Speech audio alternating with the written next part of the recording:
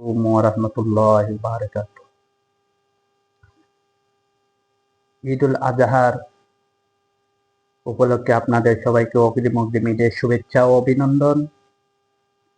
আমরা যারা আমাদের উপরে কুরবানি দেওয়া ওয়াজিব, বিশেষ করে আমরা যারা কুরবানি দিব, সঠিক পথে কুরবানি দিব, আল্লাহকে রাজি খুশি করার জন্য কুরবানি দিব।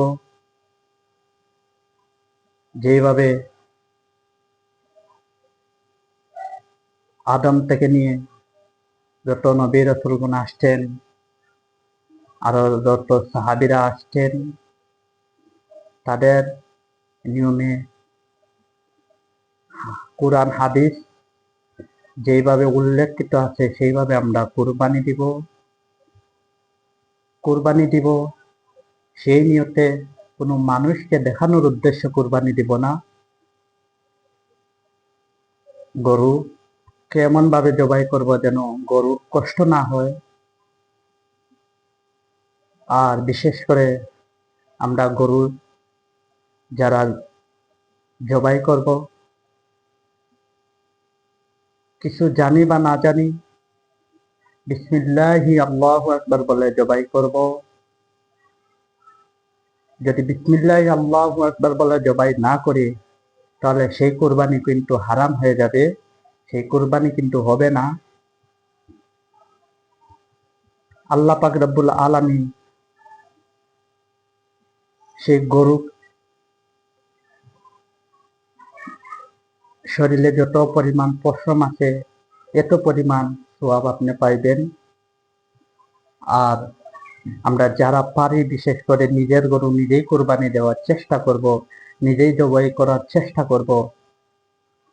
আর যদি না পারি, মসজিদের আলেম আছে, আরো যারা কুরবানি সুন্দরভাবে দিতে পারে, জবাই করতে পারে সুন্দরভাবে, তাদেরকে ডেকে আমরা যার নামে দিব সেই নাম উল্লেখ করে বিসমিল্লাহি আল্লাহু আকবার বলে আমরা জবাই করে নিব।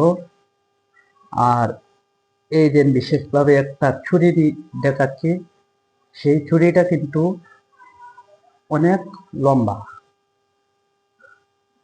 সেই ছুরি দিয়ে কিন্তু 2.5 ফুটে আপনি গরু কাটতে পারবেন, সেইভাবে লম্বা ছুরি লাগবে। আর এইভাবে যদি আমরা লম্বা ছুরিটা সাথে নেই, সেই ছুরি দিয়ে গরু কাটা সহজ। ছুরি কিন্তু ধার থাকতে হবে, ছুরি এমন ভাবে ধার থাকতে হবে যেন গরুর কোনো কষ্ট না হয়। ছুরির মধ্যে কোনো যদি ধার না থাকে, তাহলে সম্ভব না গরু কাটা। যে জবাই করতে যাইবে তার কষ্ট হবে, গরুরও কষ্ট হবে। আমরা বিশেষ করে সুন্দর সুন্দর ছুরি রাখবো।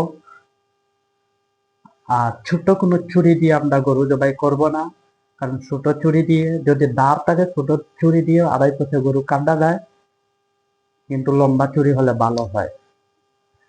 যাক, আল্লাহ পাক রব্বুল আলামিন আপনাকে আমাকে সুন্দরভাবে কুরবানি দেওয়ার তৌফিক দাও। যাদের উপর কুরবানি ওয়াজিব, তারাই তো কুরবানি দিবে, তাই না? আমরা তো তৌফিক নাই, তারপর আমরা বিশেষ করে আল্লাহর কাছে দোয়া মাগফিরাত চাইবো যেন আমগরেও যেন আল্লাহ পাক রব্বুল আলামিন কুরবানি দেওয়ার তৌফিক দান করুন, আমিন। আর বেশি বেশি করে নামাজ পড়বো, আল্লাহর কাছে তওবা ইস্তেগফার করব। আর কুরবানি গোশত যেভাবে আমরা বন্টন করব, গরিবের 1 ভাগ, আত্মীয় স্বজনের 2 ভাগ, এইভাবে আমরা রাখবো। 3 ভাগের 1 ভাগ আমরা সরাই নিব, 2 ভাগ রাখবো। যেভাবে নবী, সাহাবী, তবে তাবেঈন, আইএম মুজতাহিদিন, উলামায়ে মাশায়েখ কুরবানি করছেন, সেইভাবে সেই নিয়মে আমরা কুরবানি করব ইনশাআল্লাহ। এর মধ্যে এই কথাগুলোর মধ্যে আমার কোনো ভুল ত্রুটি হলে আপনারা আমাকে ক্ষমা দৃষ্টিতে দেখবেন। ইনশাআল্লাহ আপনারা সবাই আমার জন্য দোয়া করবেন। আসসালামু আলাইকুম ওয়া রাহমাতুল্লাহ।